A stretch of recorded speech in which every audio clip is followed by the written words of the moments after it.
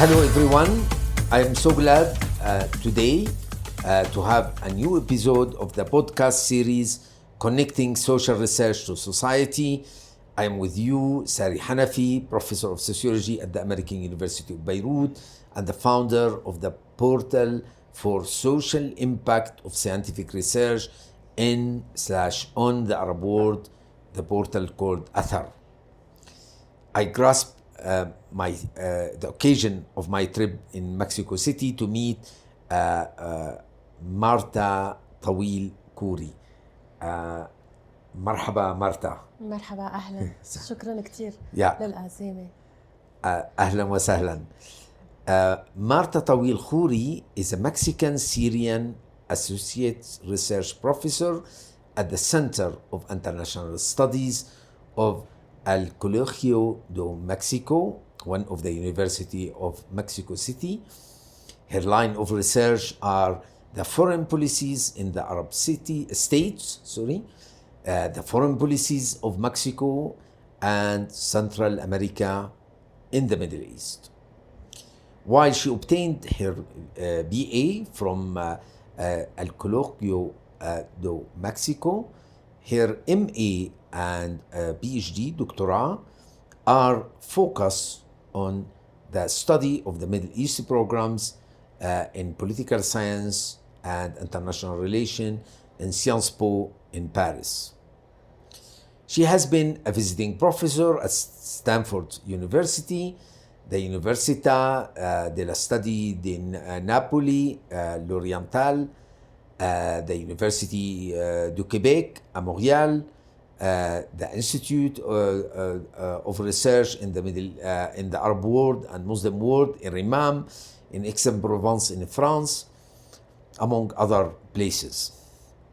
In addition of her interest in the Mexican foreign policy, she published about Syria and Palestine in different international, Latino, and Arab outlets. We will come to her publication in a moment. Just to mention one, her last co-edited book publication is the book Latin America Relations with the Middle East, Foreign Policy in Times of Crisis. She also have worked as a consultant for the Mexican Ministry of Foreign Affairs. Again, thank you for accepting to be with us in this podcast, Marta. Thank you, Sari. It's an honor, really an honor to be here. Okay. Usually in each podcast, we ask why our guest choose a domain in social science. But you, exceptionally, I will not start from here. I will start much earlier to tell us how come Marta, a Syrian origin, I mean, how your parents came to Mexico before starting telling us why did you choose political science. So you have the floor. Sure. Thanks. Well, actually, I was born in Mexico City in a Syrian family from Mashta al-Helu. In Syria. In Syria, Mashta al-Helu in Syria. We call it Wadi al-Nasara. Wadi al-Nasara. And my father was from Sham, from Damascus. My mom was born here in Mexico. It was her parents who came from Syria in 1923, from Syria, and arrived in Mexico. And they were all, my mom and all her siblings were born here in Mexico, but I grew up with them. And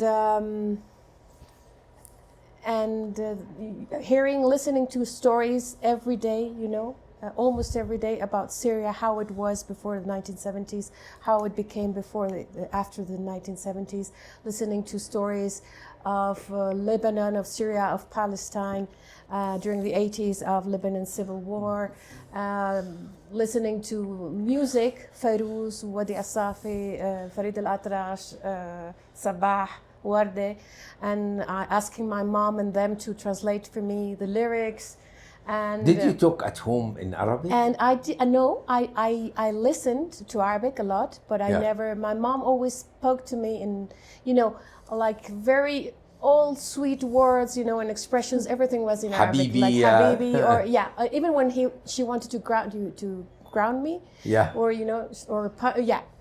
she used Arabic words, but normally she always spoke with me in English, in Spanish. My dad passed away when I was from a very young age. Sorry to hear that. Yeah. So however, I was really exposed to Arabic and Arabic culture. I asked my aunts to show me how to cook Arabic food, and they were all merchants, from a very low middle class. Only my grandfather went to school, primary school, so he read and spoke Fusha, but they were merchants and they were not very politically active.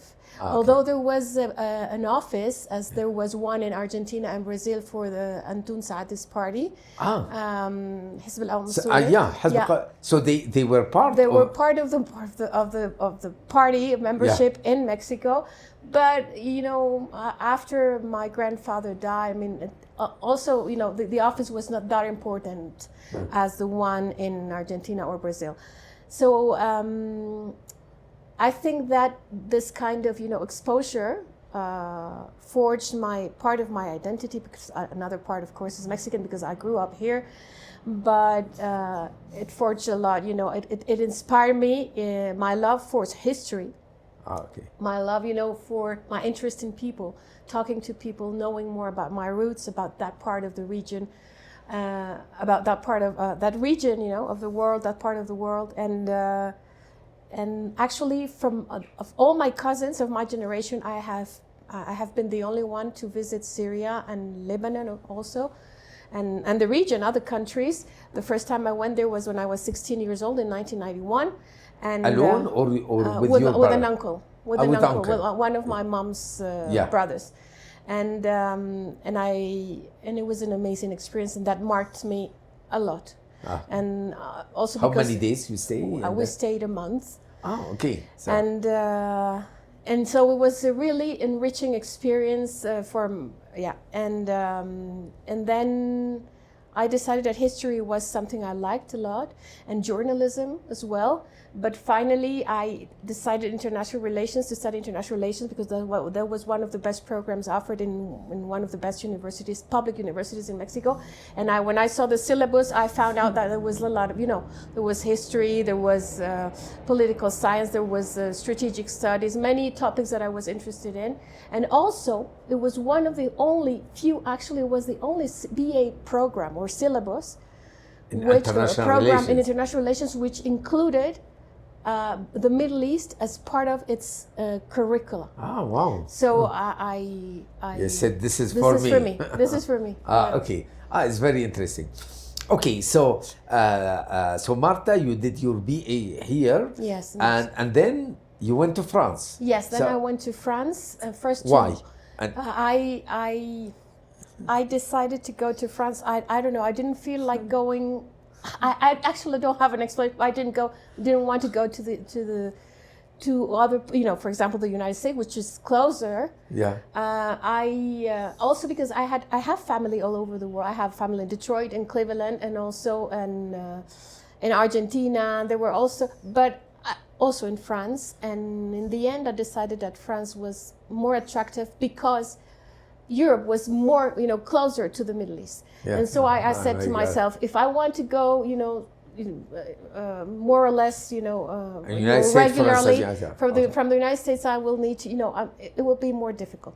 So, so I decided to go there. I asked for a scholarship, and fortunately, I obtained a scholarship from the Mexican government. At that time, the Mexican state used to support much more, financially speaking, the degrees on social sciences. Not anymore. I mean, it still does it, but it now they favor more hard science and engineering. Yes, and engineering. So I went there, and it was a It was a very good experience. It was during my studies, PhD studies, I did field work in mainly in Syria and Lebanon, and but although I mean the field work was not the basis of my research, but because I worked on the relationship between foreign policy and domestic legitimacy, and I chose the Syrian-Lebanese case, or Syria more specifically. But in any case, I knew I had to spend time there and to be with, to live there for a while. So I spent a year, talking to people about whatever, but fill the country, travel around the country. I managed actually to see also my family, my mom's family in Damascus and Mashta and Tartus, how they lived, how they were. When they managed to speak about something, I used to take notes. I also managed to speak to two officials or three officials, only to corroborate what I already knew. But it was interesting to go to their offices, to talk with them, and to see also how they thought about Mexico and what they thought, how they perceived Mexico and Latin American. So it was interesting from that point of view, and also with journalists and also with activists.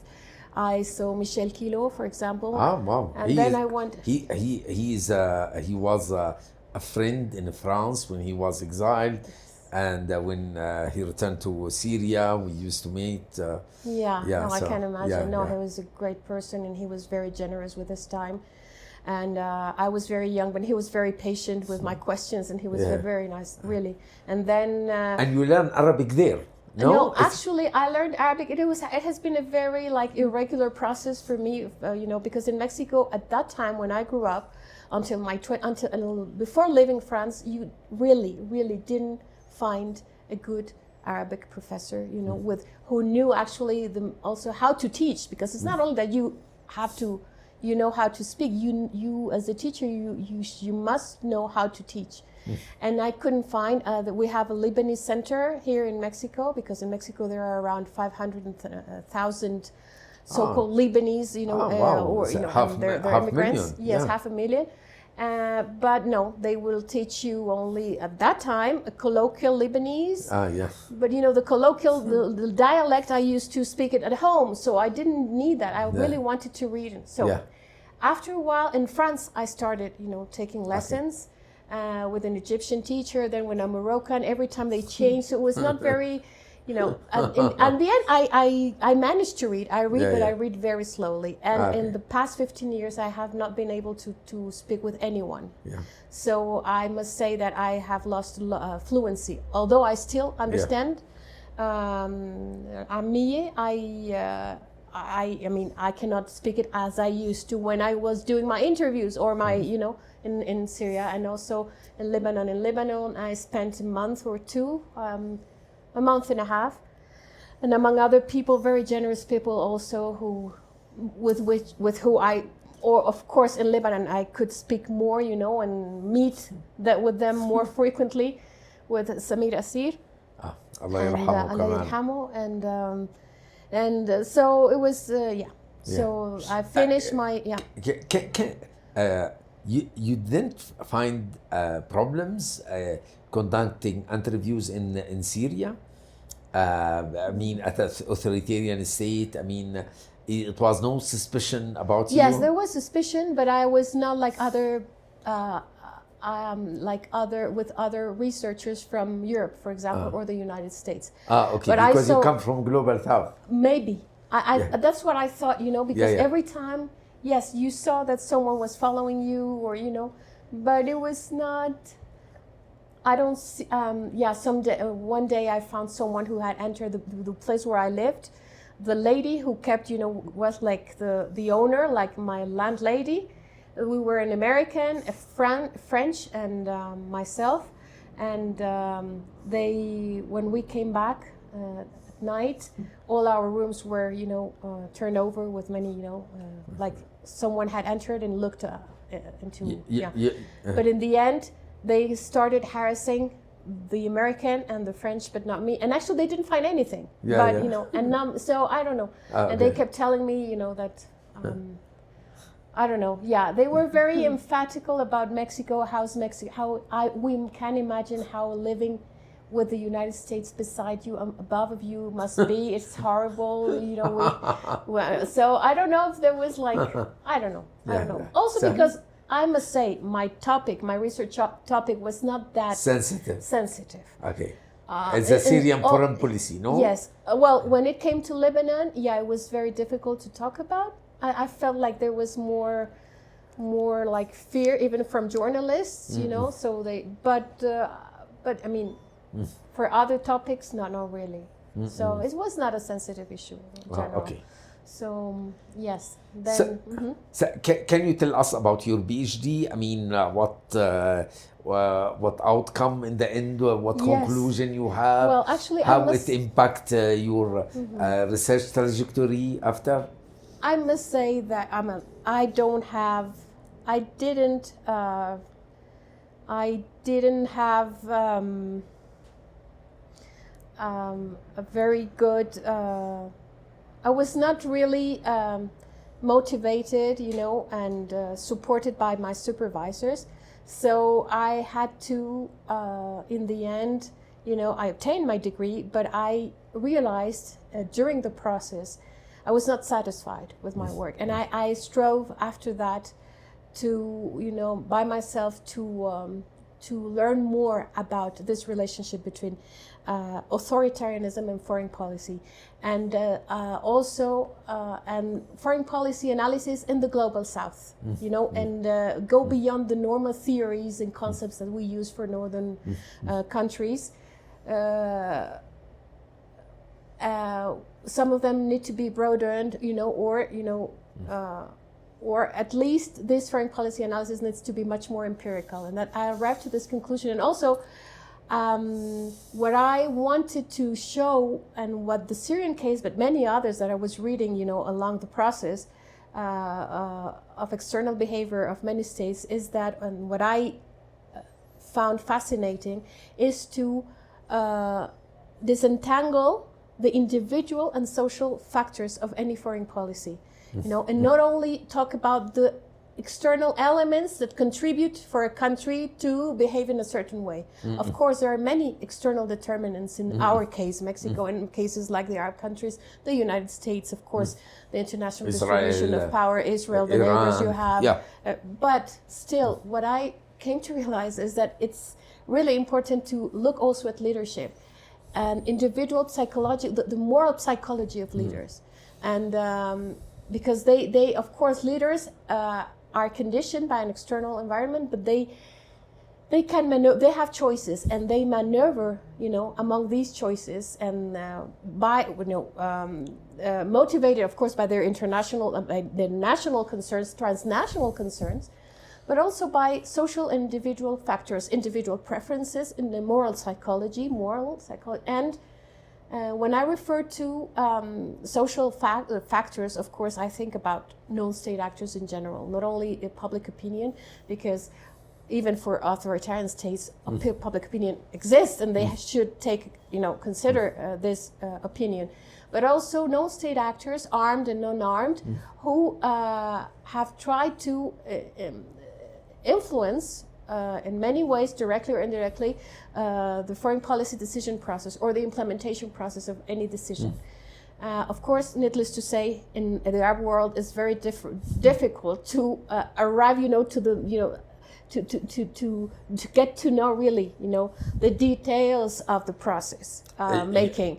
But for instance, instead of talking about public opinion in the Arab world, we talk about the pulse of the street.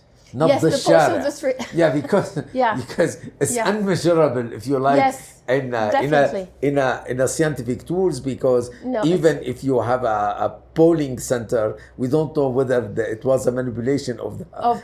The so you have to take that really very carefully, and so that's one of the reasons, partly why I decided during my trajectory after my PhD, I came back to Mexico to focus on the foreign policies and comparative foreign policy analysis of Latin American countries towards the Arab world and the Middle East in general.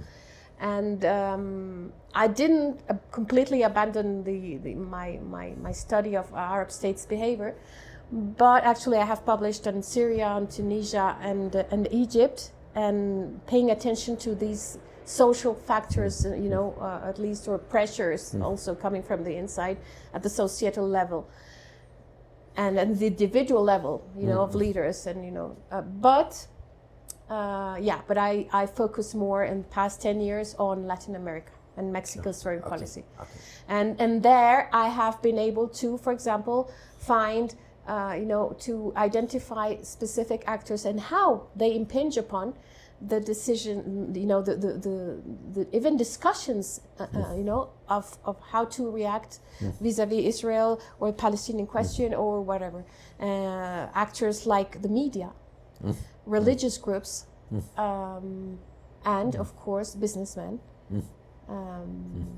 And it's and it's been a very interesting, fascinating task to talk to all of them, Okay. Maybe I will jump to one of your last publications about how the Mexican media reported the Israeli genocide on Gaza. So can you tell us about this study? Sure. It's still not a publication. I participated in an international seminar. I'm still working on it. I took around 6-7 newspapers, which have a wider circulation in Mexico, and from different, perspectives, very radical right to radical left. Radical, and center. Many of them are actually center. You don't know really what they are, but but still, some of them are. You at least two. You have one from the left, really clearly on the left, and one really clearly very conservative.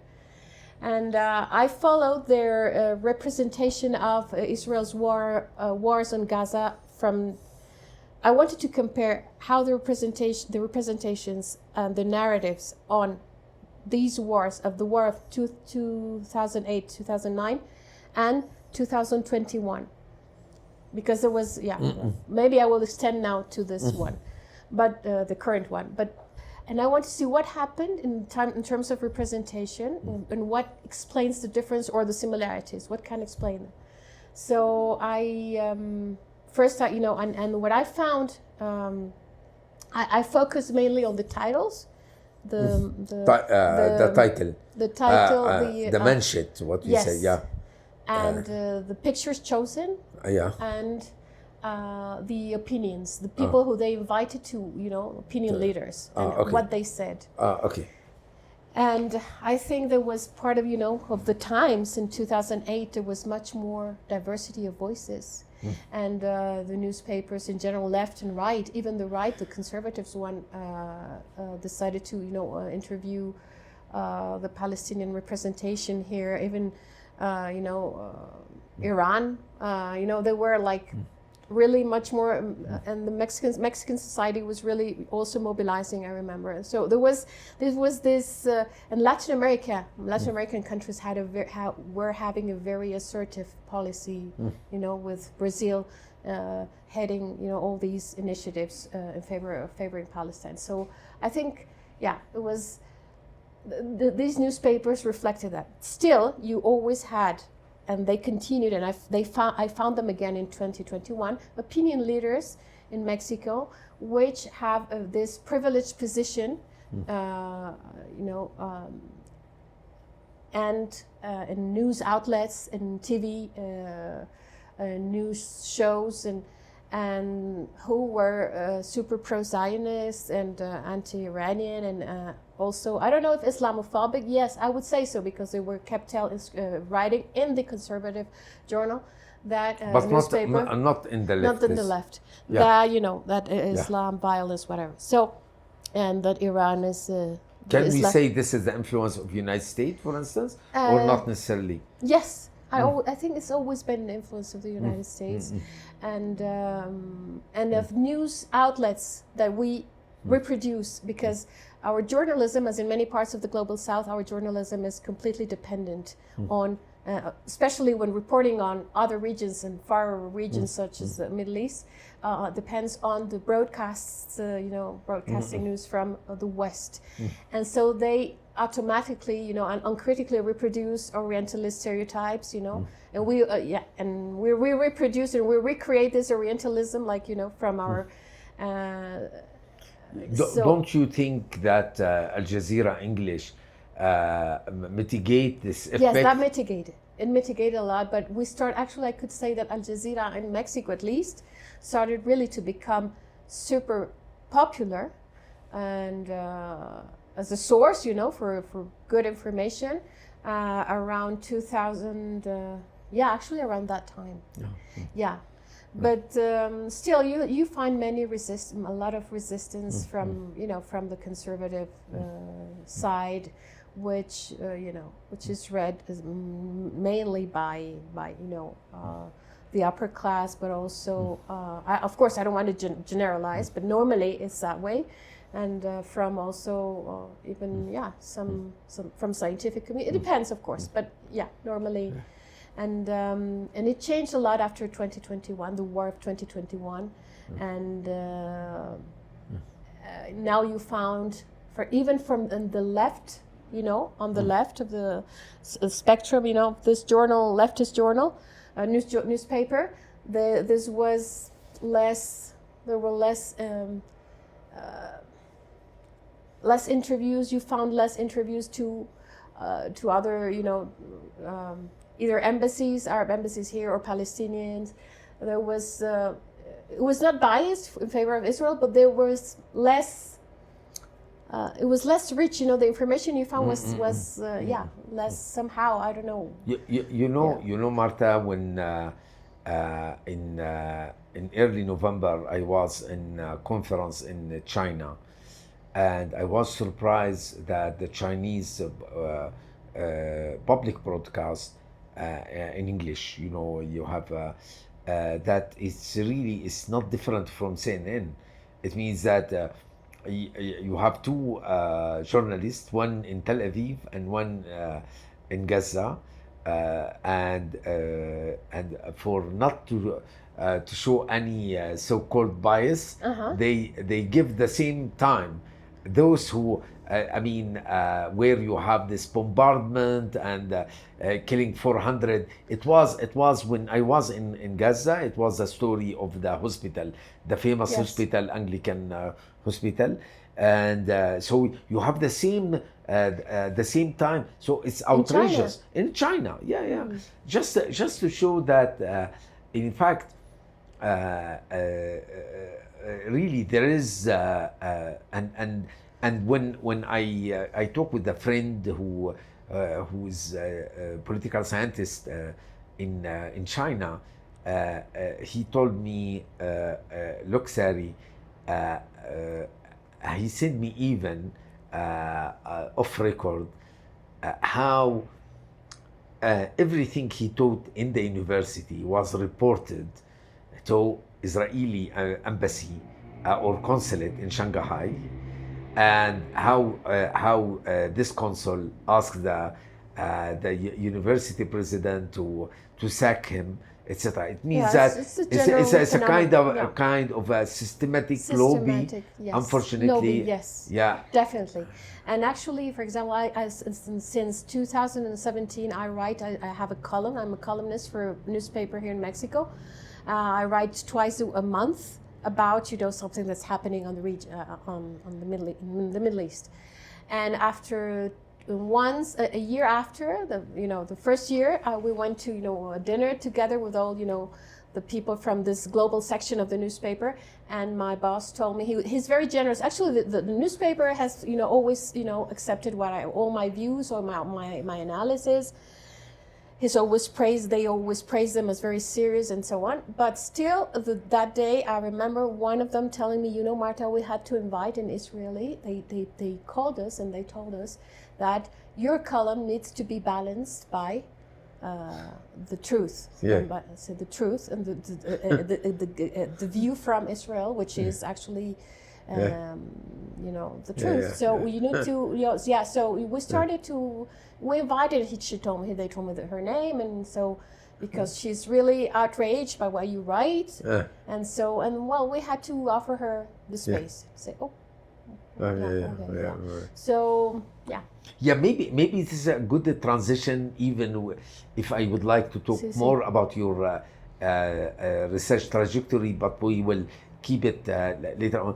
But I'm very interested in your profile, Marta, that you are political scientist, professor here, but in the same time writing regularly in the newspaper. I mean, from point of view of really the podcast, this is great. This is a kind of sending a message directly to the public. So my question to you, the fact that you do this 2 columns per month, do you does this enrich your research by the feedback, or bringing headache, or both? So, and I need example, if you like, how it enrich you, or how give you some headache. But you know, whose feedback? No, actually, there's no feedback, unfortunately. It depends on the topic. But if it's, do you have a but do you know that people read your? Yes, but still, I mean, that's another problem here. Normally, people are not interested in foreign policy issues, let alone unless it concerns the U.S. or I was going to say Europe. No, the U.S. or Latin America, and Mexico's actions towards these countries and relations. So when it comes to the Middle East, not really. But we are at least it's a very specialized, or if not specialized, very small community. We read, you know, it's like the scientific community and people interested in the region, and that's it. So it's really a very small, you know, percentage. But that's why I also try to, you know, to participate in interviews on TV, because we know that TV is much more watched, you know, as a source of information, or radio news. So I participate there too. And that's actually on TV where I have received most, you know, critic, you know, like controversy, and on radio stations. It depends on what program, what topic, but normally when it comes to Palestine or Syria, it has become very controversial.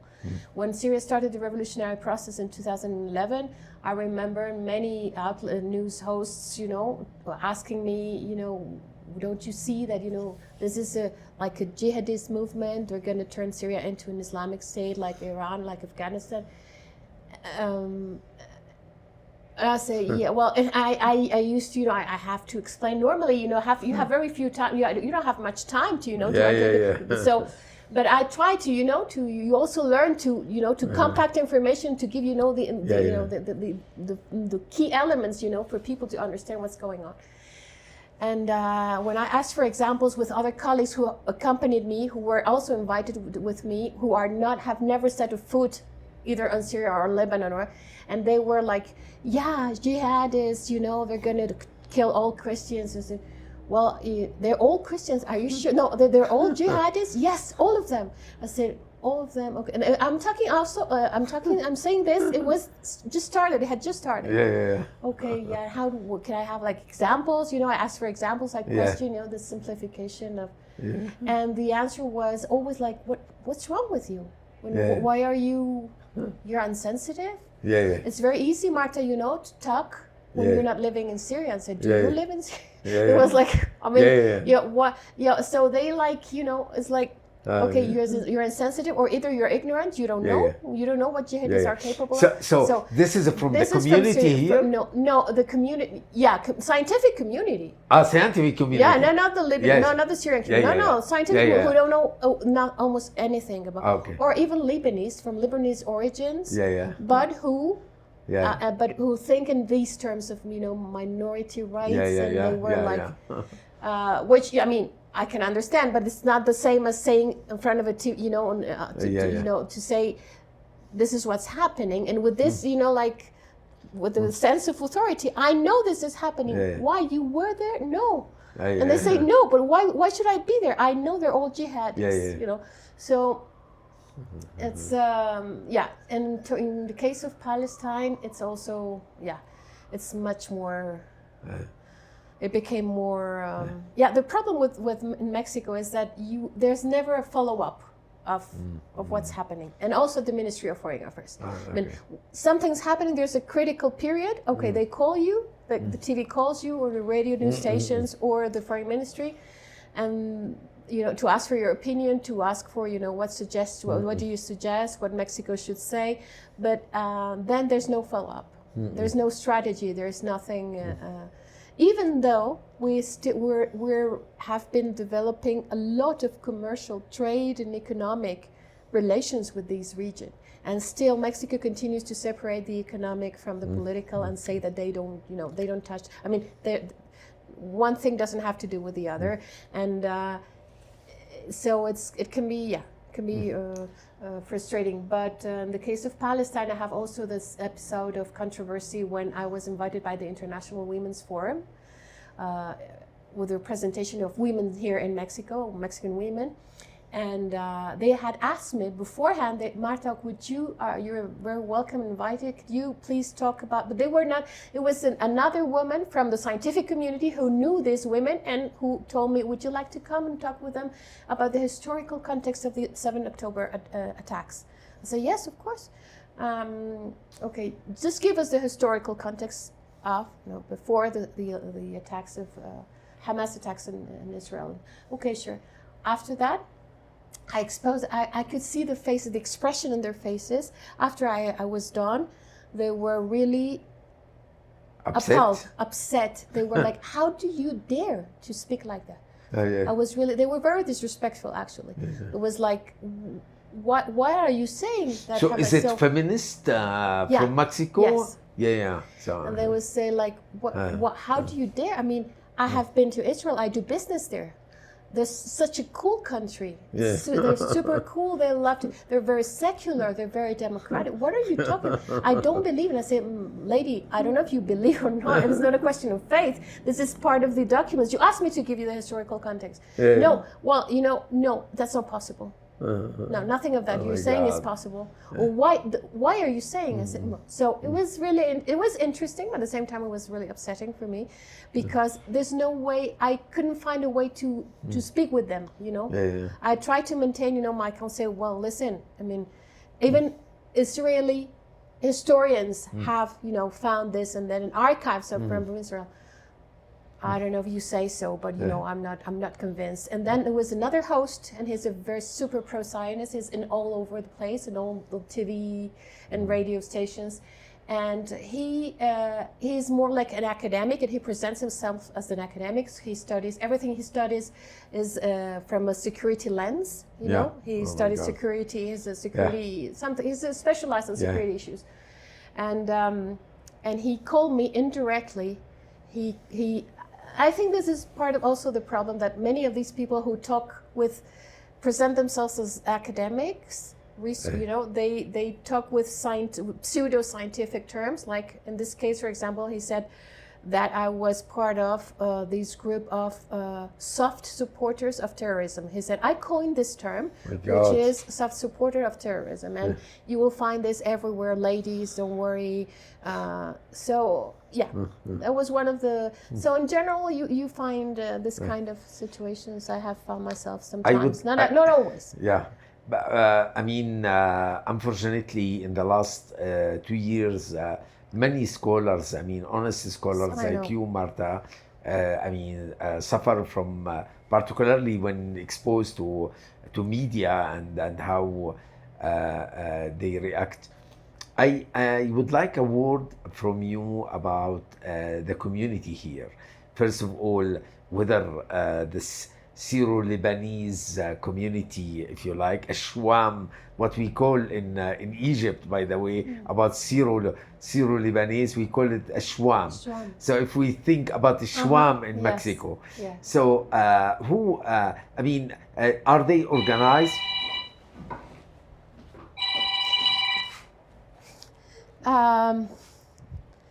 They're not organized.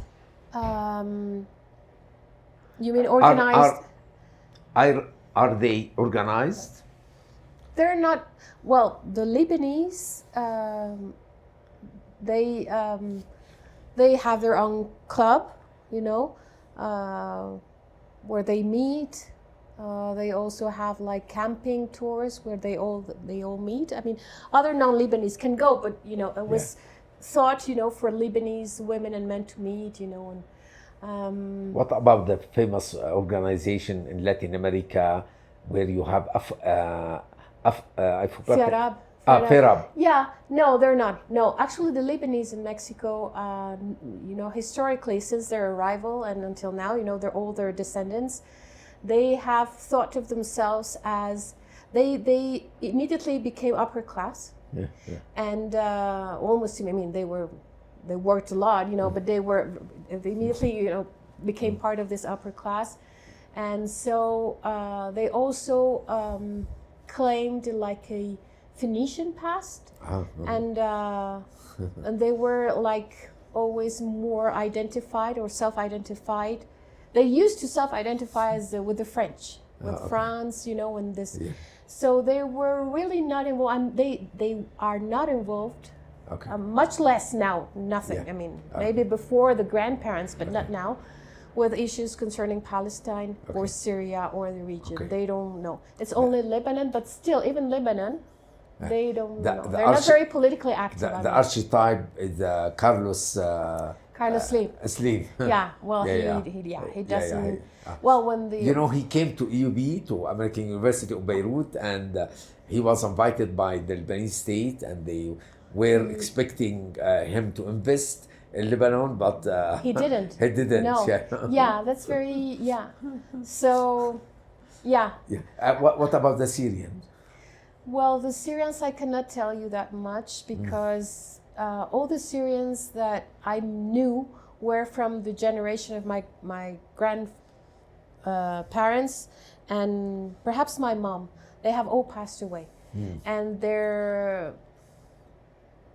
were not. I mean, normal. They were more or less, you know, wealthy, but they were not. But they always. Were more like, they were much more, how do you say, like integrated, or they never like self-identify or self-separated from society. I don't know. Okay.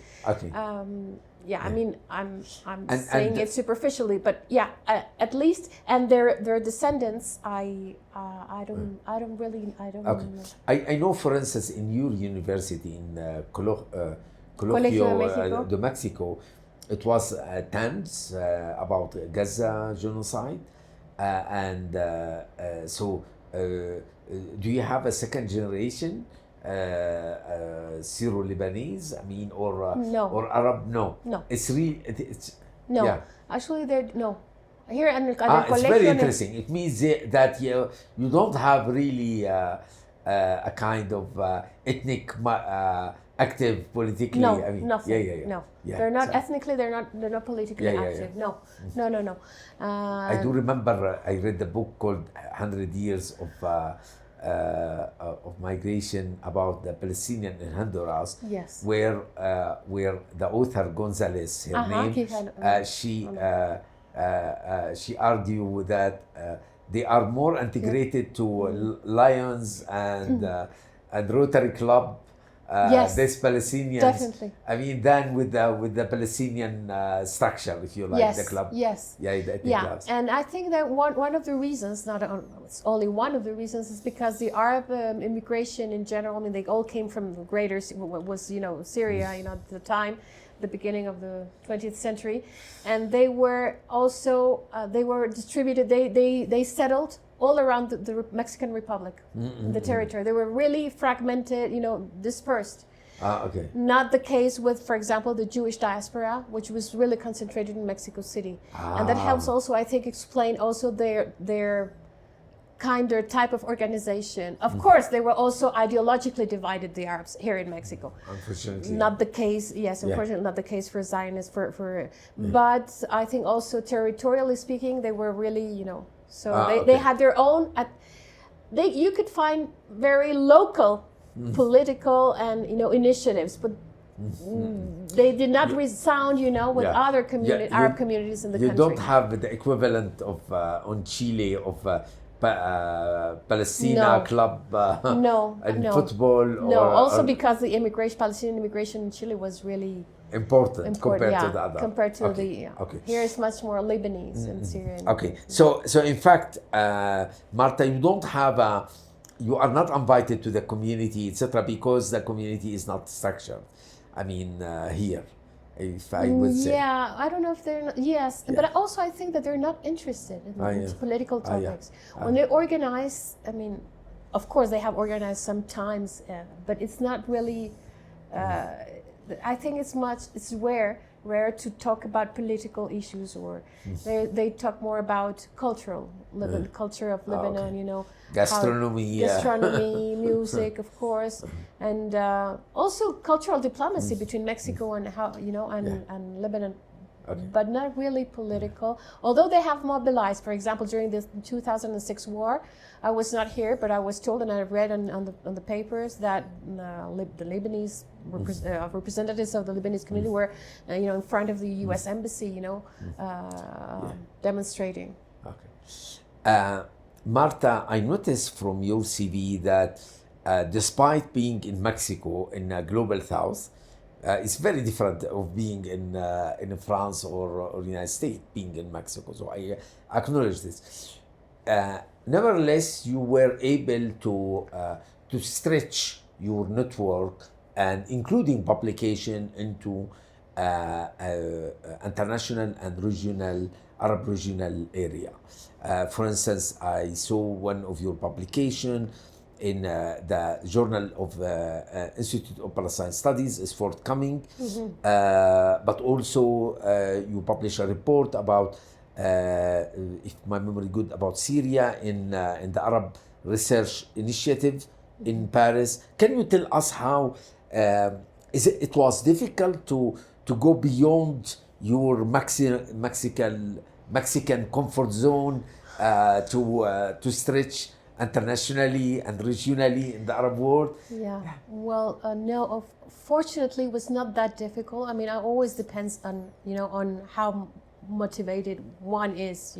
I was really motivated, but I must acknowledge the support I received from El Colegio de México, which has been really in that sense supportive in spite of all the budget cuts by the Mexican state on education and on social sciences. So, and also of course the networks I created and managed to have with the friends I met in Paris during my studies, and which I have met later. Fortunately, we stayed in contact, and El Colegio, yes, and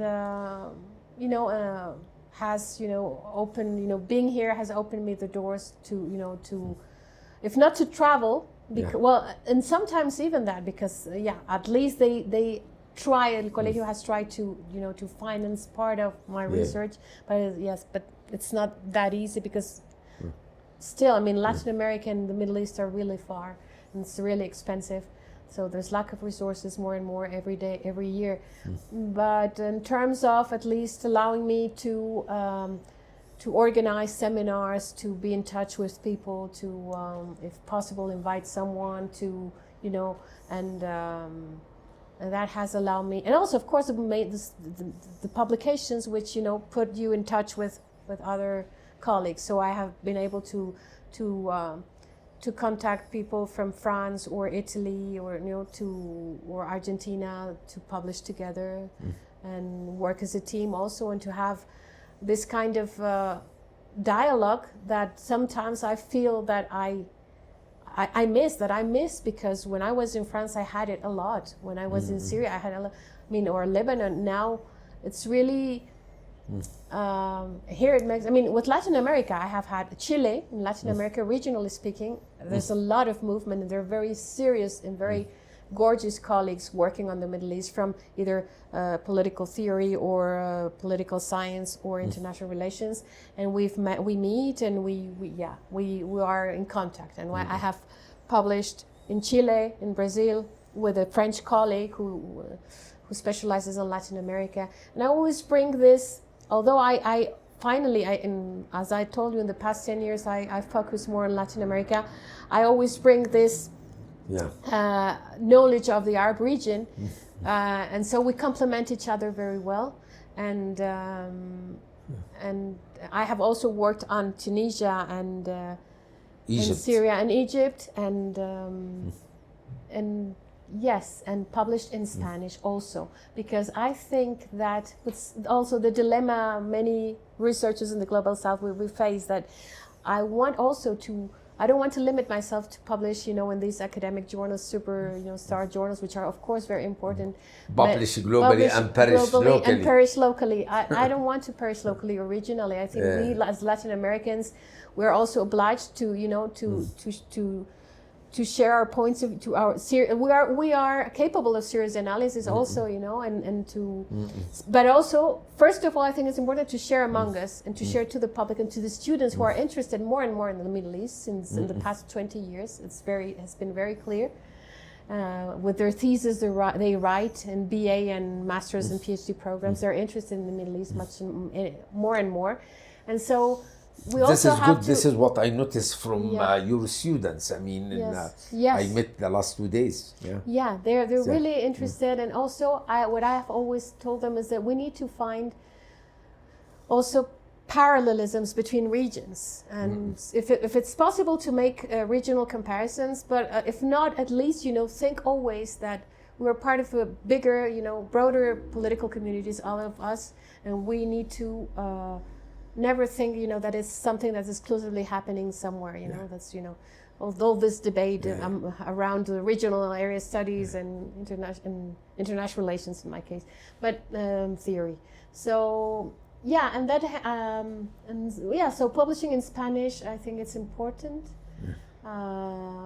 But of course, internationally, we need to do also because the evaluation committees in Mexico, they give more weight. They weight more, positively if you publish in Anglo-Saxon journals, or maybe French, perhaps, but than if you publish in Latin America or Spanish or from Spain. I mean. So we need to find a balance, but it's not always easy. Of course. So 2 months and a half.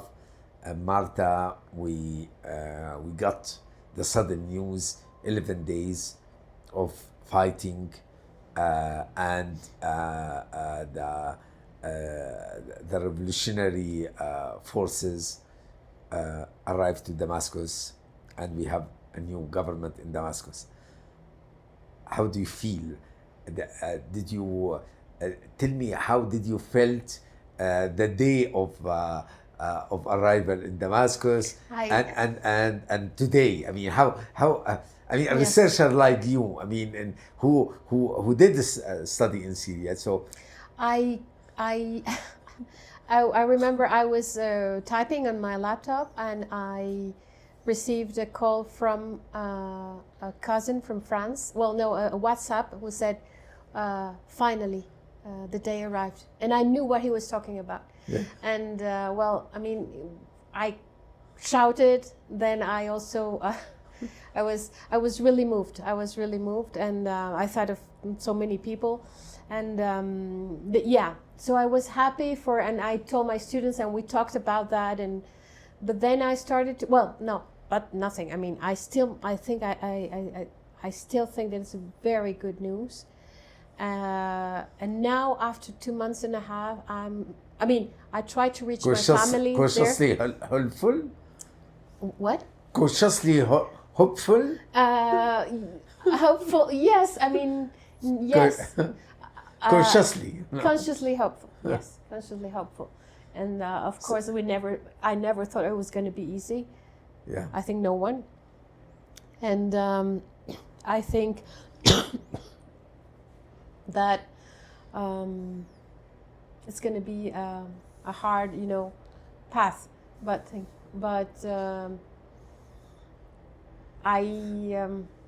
Of course, I'm worried about my family after what happened like a few weeks ago in Tartus. And Tartus, yeah. I mean, for how they're feeling, they're all right, but how they feel, I hope. I mean, I really hope that it won't, like all of them, of course, in the country and many of us outside, that things don't escalate. And I think that this man has a lot of challenges ahead. And Ahmed Shara, you are talking. Yeah, Ahmed Shara, the president. And what I also worried about is these voices that have, from very prestigious, also scientific, from the prestigious scientific community in France, but even here, I mean, here, who listens to them? But in France, or who advise these ministers, they're ministers of foreign policy, and who will keep saying that this man is gonna, transform Syria. Actually, he's hiding all his real intentions, which is to transform Syria into an Islamic state. And the need to protect, on this of the same language, of the 19th century, protecting minorities and to intervene to protect minorities. And I'm this level of this kind of discourse worries me, and I don't know, perhaps it's inevitable, I don't know, but it's not a good sign, of course, but time will tell. Absolutely. Look, thank you so much for this amazing encounter, and I'm so glad. I think Marta, as I mentioned, the Arab Council for Social Science has every 2 years they have a conference. I urge your colleagues, I mean, yes, that you work on the Arab world. I mean, it's really very interesting to come and to see the Arabic academia and to learn from their work. And I think really it is very interesting as a South-South exchange. This is really needed, and I need it, and it can always be a fruitful experience. I hope. I really look forward to it. Yes, definitely. Thank you. So thank you so much, and thank you for listening to us, and hopefully to see you in another session from the podcast, connecting social science to or social research to society. And goodbye.